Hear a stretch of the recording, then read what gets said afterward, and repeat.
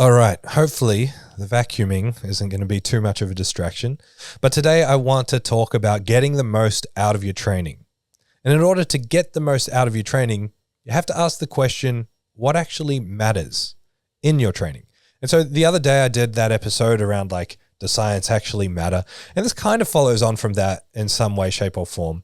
But basically it's about understanding the true principles that drive progress over time so that you don't get in the habit of majoring in the minors, which is really easy to do in the information age. Everyone is always telling you, don't do this. This is the wrong way to train. This is the wrong technique to use. Or do this. This is the best technique. This is the best volume. This is the best frequency. The idea of this is to give you some reassurance that you don't have to overthink things too much to continue to make progress, regardless of the level that you're at. Now, I would argue at a more elite level, you need a broader understanding of these principles, but there's not special rules that apply to more or less elite people. It's a little bit easier. You've got a wider target to hit. When you're less experienced, the target becomes narrower. As you get more experienced, regardless, the underlying principles remain the same.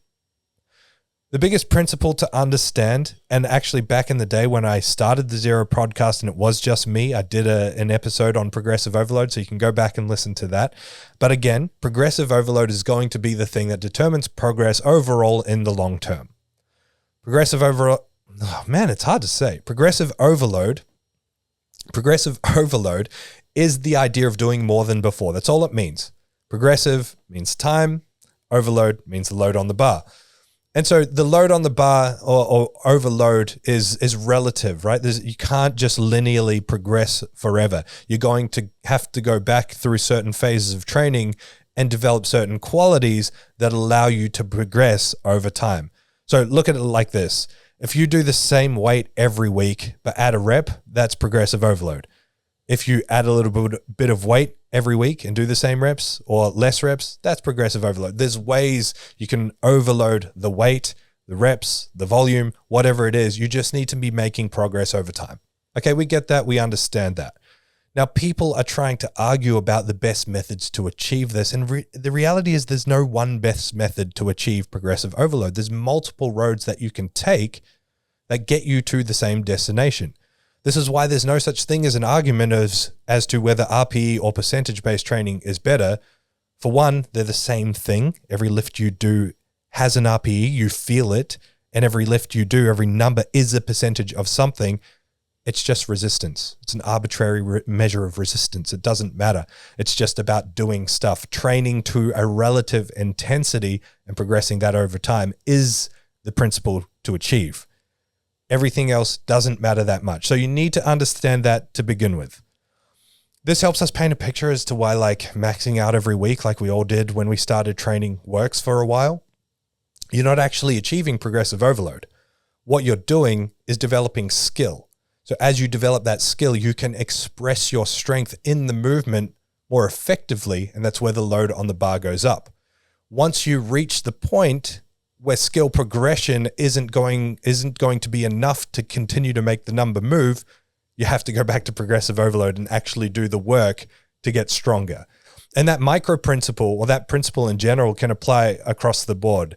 This is why your accessories over time may waver in the intensity that you can bring to them, because it's relative to the fatigue that you've produced on the main lift that you've done before them.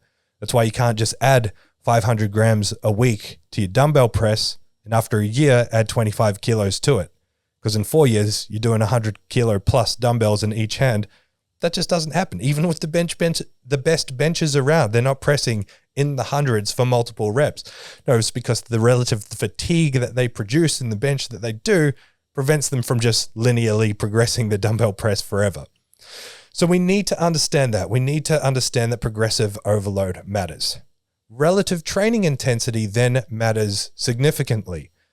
And so this is going to override, this is going to trump things like the frequency argument. The answer that a lot of people have to training plateaus or a lack of strength progression is that you're not doing it enough. And this is quite a strange thing to look at, because if we take the example of accessories, and I know I just said they do waver according to the fatigue that you produce in the main lift, most people kind of half-ass and sandbag their accessories, but see long-term progression with them over time, despite only doing them once a week. So why do all of a sudden we ignore that and say, oh, no.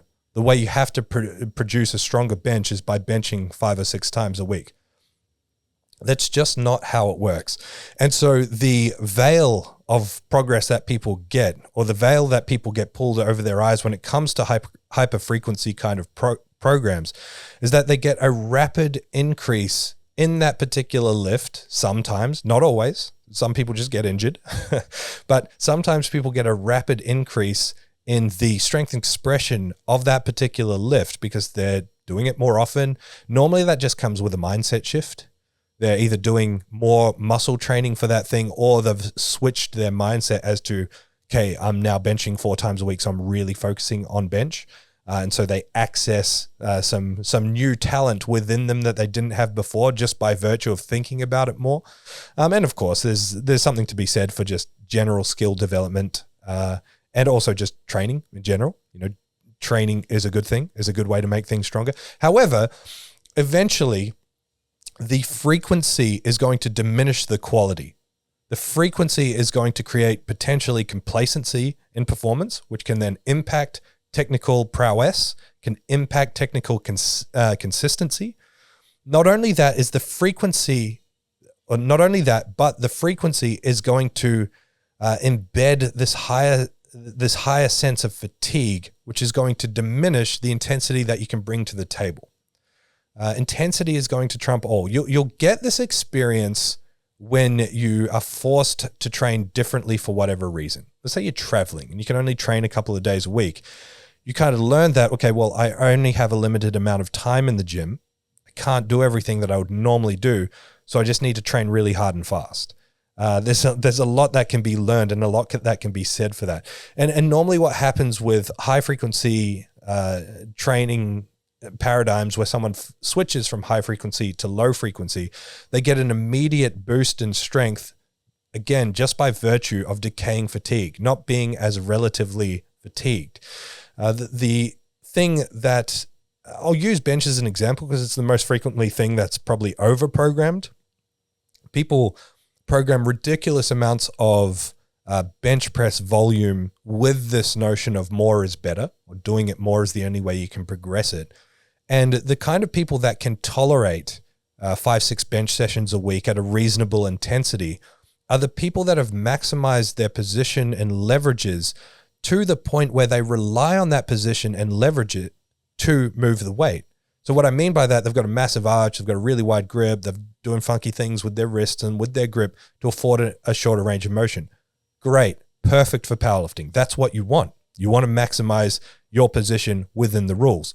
Not so good for getting stronger, because then what you end up doing is limiting the range of motion that you're taking the muscles through, is relying on the structural advantage rather than the mechanical advantage of actual strength. Then you start cutting out the intensity that you can bring to certain accessories that are actually going to make the muscles stronger. I see this all the time with people with super high frequency bench press programs that are in these crazy good positions for powerlifting. Take all that frequency away, punish them by taking them through full range with dumbbell presses, machine presses, things that actually work their pecs, their triceps, the things that are moving the weight, and their bench press skyrockets because now they're actually stronger. Then you get the best of both worlds.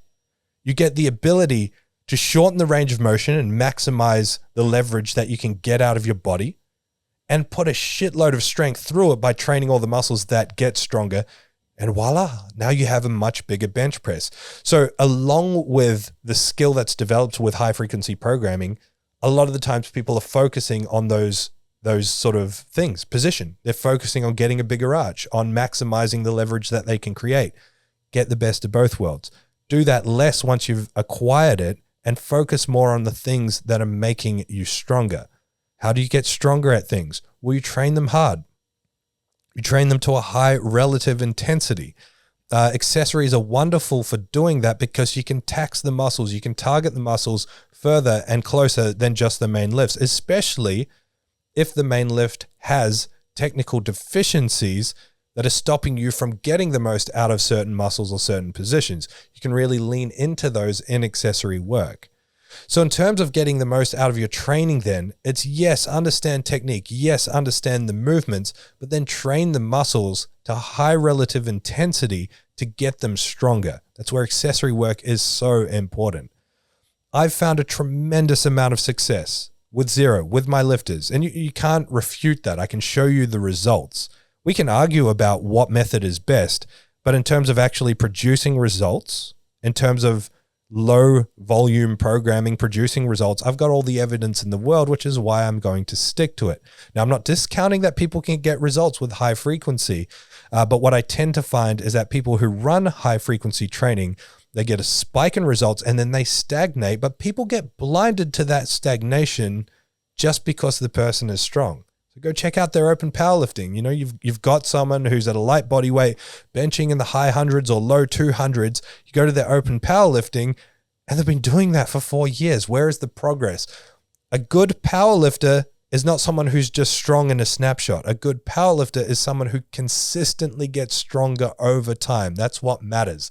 And you see a lot of high frequency programming people get really strong really quickly and then drop off the face of the earth in a few years because they got frustrated because they stopped making progress, or they got injured because they were doing too much of a particular thing.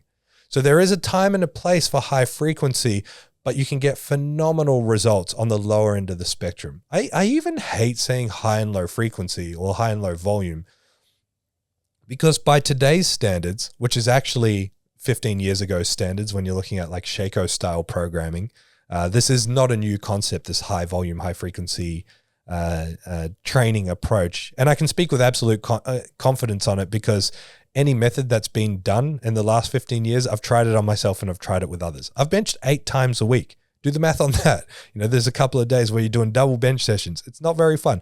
I've also benched 1 time a week or less than that, you know, not benched for months and months and months and seen my bench progress. It's about understanding the principles of how strength training works. So coming back to it, it's really interesting to see that high frequency, low frequency, high volume, low volume, by today's standards.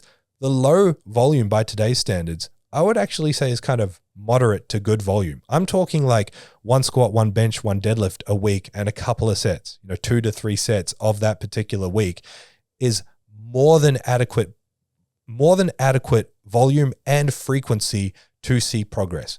You don't have to bench 5 times a week. You don't have to squat 3 times a week to make progress. Don't be convinced that you have to. Can you do it? Yes, or possibly yes. Do you have to do it to make progress? Absolutely not. Stick a stake in that one straight away. You just don't have to do that. There are other ways. And so what are those other ways? Well, it's about understanding, again, the fundamental principles, which is, can you achieve progressive overload with minimum volume and frequency on squat, bench, deadlift? Yes.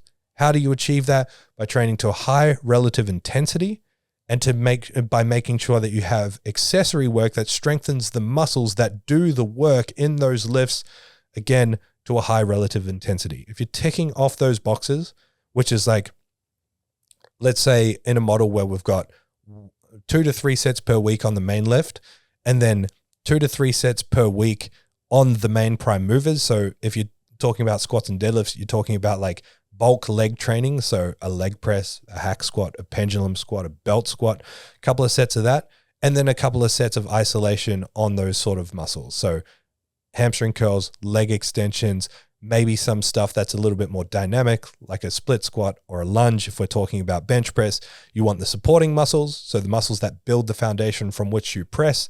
So lots of back work. We're talking about full range rows, lat pull downs, 3 sets of those per week, some direct arm training, shoulder training, lateral raises, rear delt flies, bicep curls, tricep extensions. Again, 3, maybe 4 sets of those per week at a high intensity. And then the pressing muscles. So chest, doing some supplementary pressing. So overhead press would be a must in terms of shoulder health, but also some chest pressing, whether that's dumbbell pressing, machine pressing, or both, and then some flies to train the chest directly. That's it.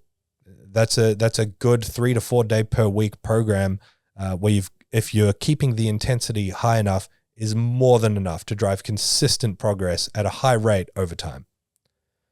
Just a quick example. I just wanted to really make the point of the things that get you the most out of training is understanding the principles, the key principles to understand: progressive overload, and also training intensity, training to a high intensity, especially on the lower level accessories that you can truly push to close to failure. One of the issues with powerlifting, we know that we don't want to push squat, bench, deadlift close to failure because they're going to be extremely exhausting and diminish the quality that we can bring to other training endeavors during the week, whether it's accessories or more frequency of the main lifts. So we tend to, leave a little bit in the tank with those until the end of the program. But accessories are not like that. You'll recover from them very quickly, especially if you're smart about the kind of accessories that you pick, and you don't go too ham on the overall volume. Again, 2 to 3 sets per accessory thing. Push to a high intensity. And the problem is, again, powerlifters are taught to sandbag their accessories just by virtue of the fact that we think we always need to leave a little bit in the tank. Drain the tank, empty the tank on accessory works, especially the isolation stuff. Take your tricep extensions to failure. Take your leg extensions to failure. Go beyond failure. Go a little bit Sam Sulek on them. Not only are you going to start to enjoy training more, you're going to get way sore and get some positive reinforcement from that. And you're probably going to get jacked too, which is not a bad thing. What do you build strength in? Muscles. If you have more muscle surface area, you've got more potential to build strength. Get jacked. It's a good thing. Anyway, that's enough from me for today. Hope that helped. Let me know what you want me to talk about. Talk to you soon. Bye.